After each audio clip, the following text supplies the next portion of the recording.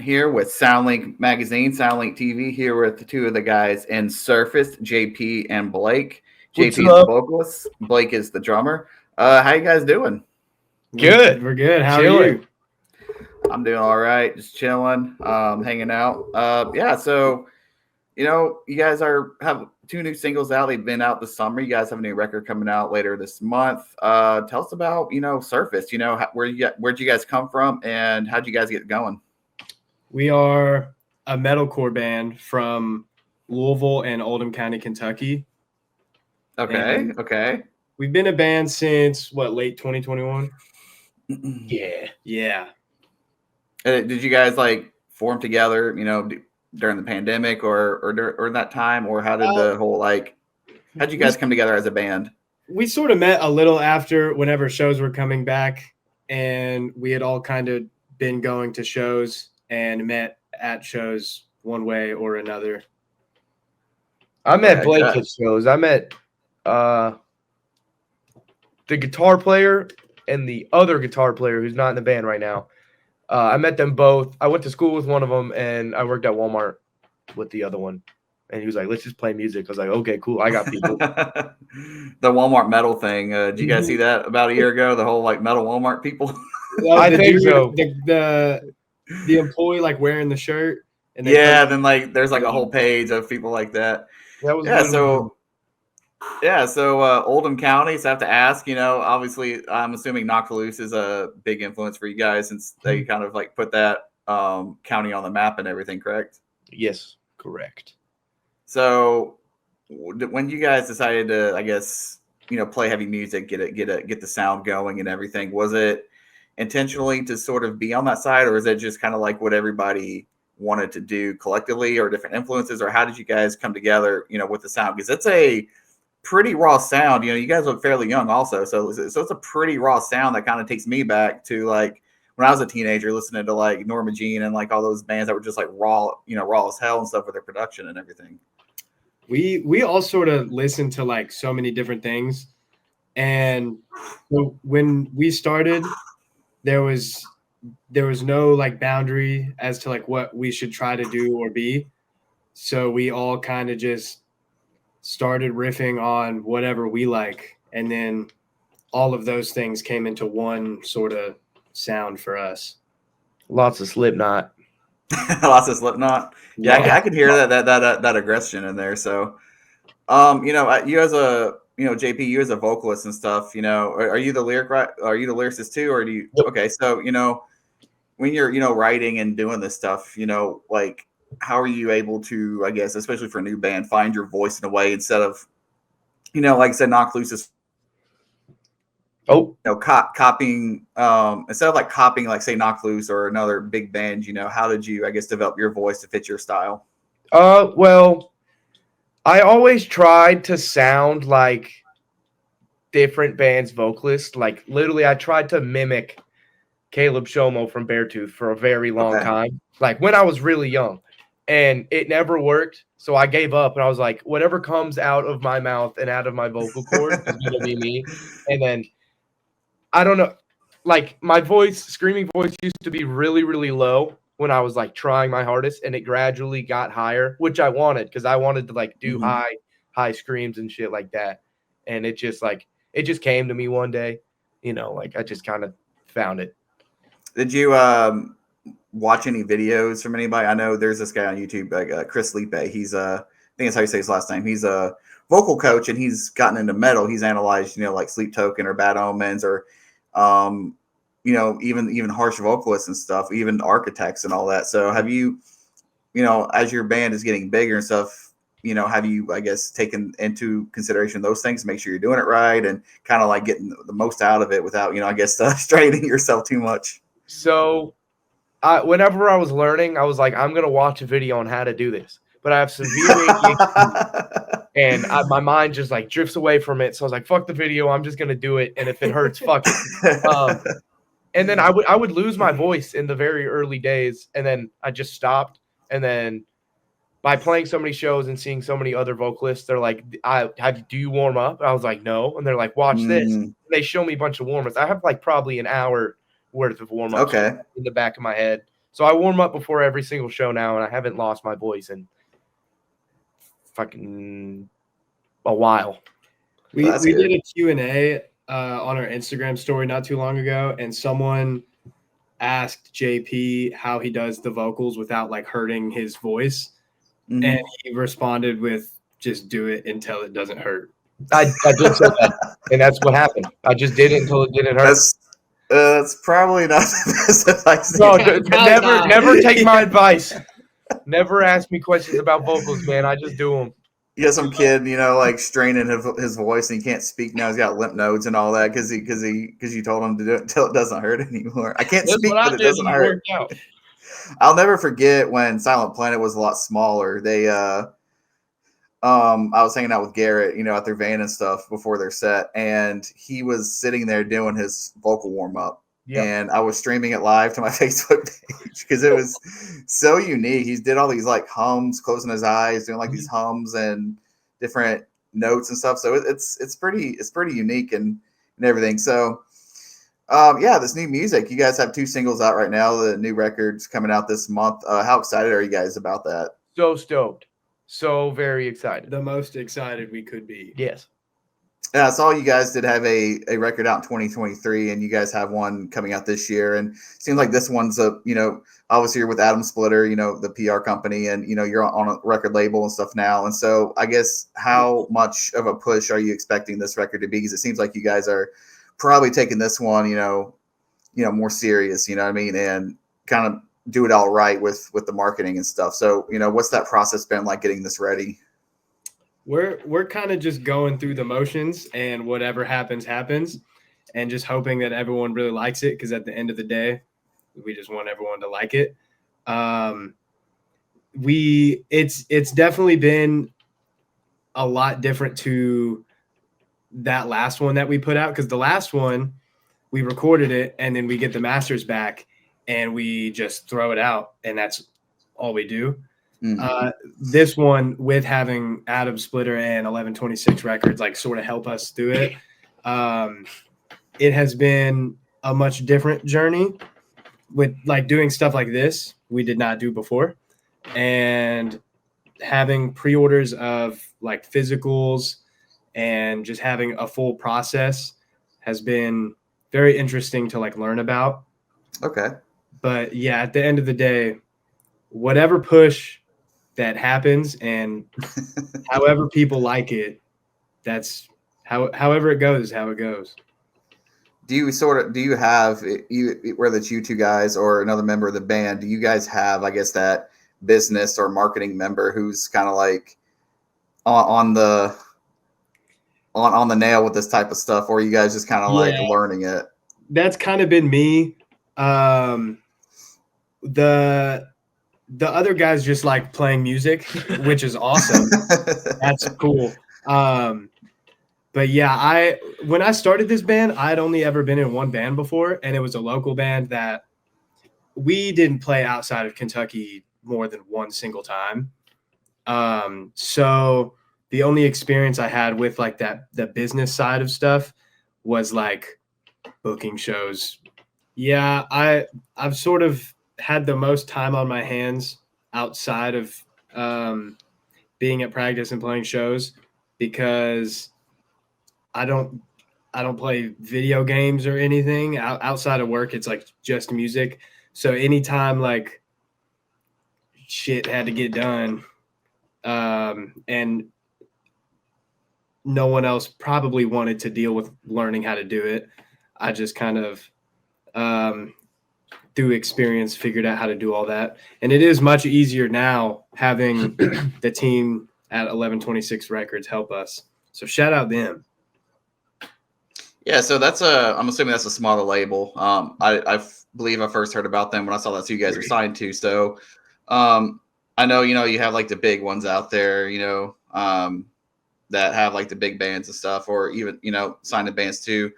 So, what is it like working with a label like this? Like, how do they operate, especially with the smaller band? Like, what kind of resources can they provide to you guys, even though they're not like, massive or anything? Dude, they have helped us. They made this release like 10 times easier than it would have been if we did it on our own.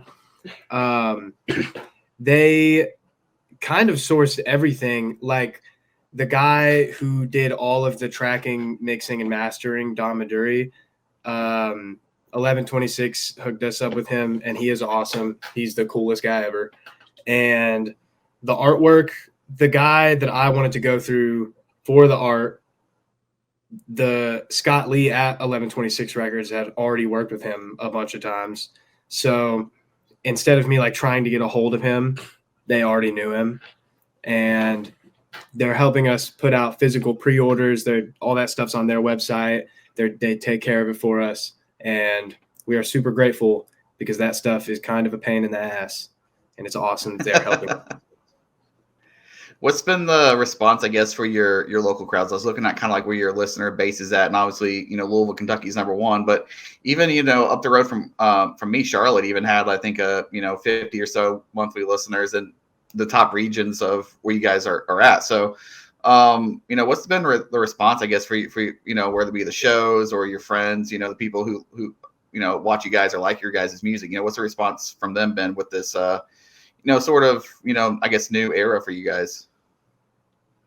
We've had a pretty good response. We'd like make friends with everyone.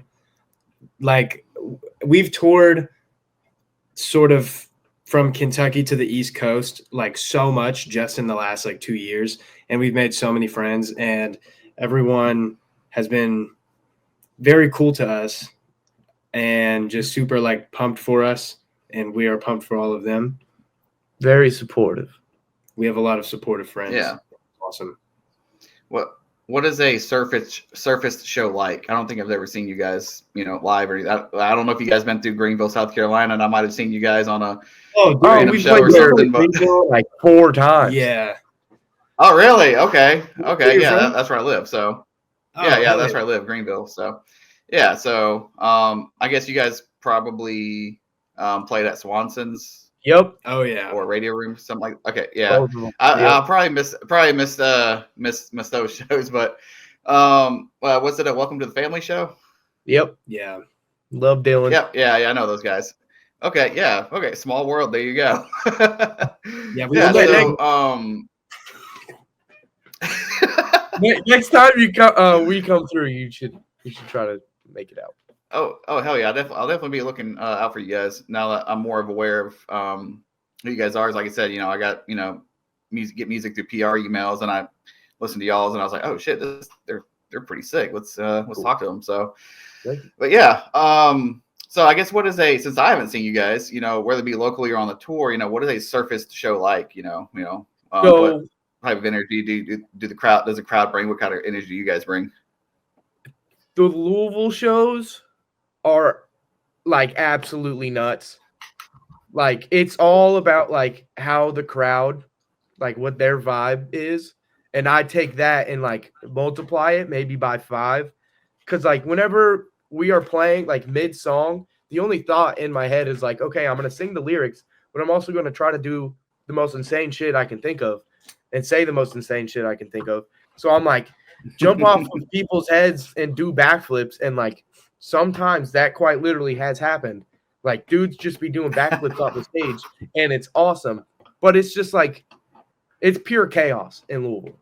But like out of town shows, it's like it just depends on where we are. Like people aren't really as familiar with us, or if it's a place we played like a handful of times, like Indianapolis, it's just like Louisville. It's nuts. It's absolutely nuts. What was it like here in Greenville since I wasn't there? Our hardcore scene is pretty sick. So it was tame. It was pretty tame, but it was still very, very tame. Cool. Oh, okay. It was tame. Our first time there was like absolutely nuts. What was the one band? Was it with Candescent? It was. Oh yes, yeah. It was in like Paper Moon Studio. I'm not familiar with Paper Moon Studio. I think there was like 2 shows there. Dude, with the TVs. Yes. Oh my God. The first time we played Greenville, we didn't know, like, it was like our first tour, and we didn't really know what to expect, but it straight up was like a 100 cap room, and it was full to the brim with people, and everyone was trying to kill each other. Do you know how like That's sick. you know how sort of like when you go to a show, you see where the band is playing, and then like side stage, there's like dudes that are friends with the band or like the other touring bands. Yeah. I was standing side stage for the band we were touring with, and I was not safe there. Like I'm in danger. yeah, someone pretty much beat the shit out of me, and I wasn't even within like arm's length of the normal where you should be getting hit, you know? It was awesome.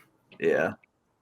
Yeah, we got shows like that here. They're pretty fun. I'm old and I work, so it's like I don't get out as much as I like to anymore these days. But speaking of touring, were you guys planning a tour this fall anywhere, or what's up with the touring, for this record and stuff? So we are just gathering offers right now and seeing what happens. We have a tour. I'm looking through it right now. September 26th to October 8th with Kayanashi and Fox Lake. It's for Fox Lake's release tour. And we're playing Iowa, Wisconsin, going through Ohio a little bit, eventually ending up in Oklahoma City. And that's all we have for tours right now that are announced. We have a couple things that aren't announced yet that we probably can't talk about, but you're probably not. Yeah, we're busy at the end of the year, but as of right now, the Kayanashi Fox Lake tour is what we've got going on. That's sick. So album coming out this month. Talk about that a little bit, the context of it, if there's a theme, if it's a concept record, what's JP, what's on your mind? What demons are you exercising, on this record? A lot. There's a lot. So it's sort of a concept, but it's not like a fictional story. So the title "Where Angels Fear to Tread" is about like inside my brain where I think and shit. So like each song has a theme, and it's like an emotion that I feel, have felt, am feeling, all that kind of stuff. It's like anger, fear, being sad, panic attacks, because I get those quite often. It's just like shit like that. Okay, so it's more like, I guess a mental, inside, like a mental health type of battle kind of thing. Yeah. So, with that being said, is there, I guess, any tie-in with the singles that were released, or are those just the two that you guys thought would be great singles? Like, how did those two singles, come to be the singles for the record? Those were our two favorite. They were what? They were like two favorites. Okay. Ones. Yeah. So we were like, let's just put these out first and do music videos for these ones first. And we just like them, so we're like, fuck it, it's these. Yeah. When we got hit up to do music videos, they basically told us whichever two singles go out first are what we're doing music videos for. So we found the two that we liked most and that we think we could make great music videos for, and we did those. Yeah, that Ciration feature goes pretty hard. Are y'all collabing on a music video with them, or is that just going to be the vocals kind of like overlaid in the videos? You know how some featured video, songs, for music videos just kind of have like the vocalist not there who's featured. Are you guys doing that, or is it? No, it's just like he's not in the video. Yeah, they're from Canada, and so it would just be with them over here. He could like film it on his phone or something, I thought about that, but the video is like in the woods, and it would be a headache to try to make that work. Yeah. All right. New album tour. Anything else you guys got going on you want to talk about real quick? We are doing a release show for this EP on August 23rd in Louisville at the Portal. We got a bunch of bands that are just either our favorite bands to hang out with or people that we've known since we started being in a band. We got Mean Mugged. They're just like the coolest. They're so cool that they made us less cool in Louisville. They're just really dope. And then we got Mauled. They're like our best friends. They play deathcore and they're the best at it.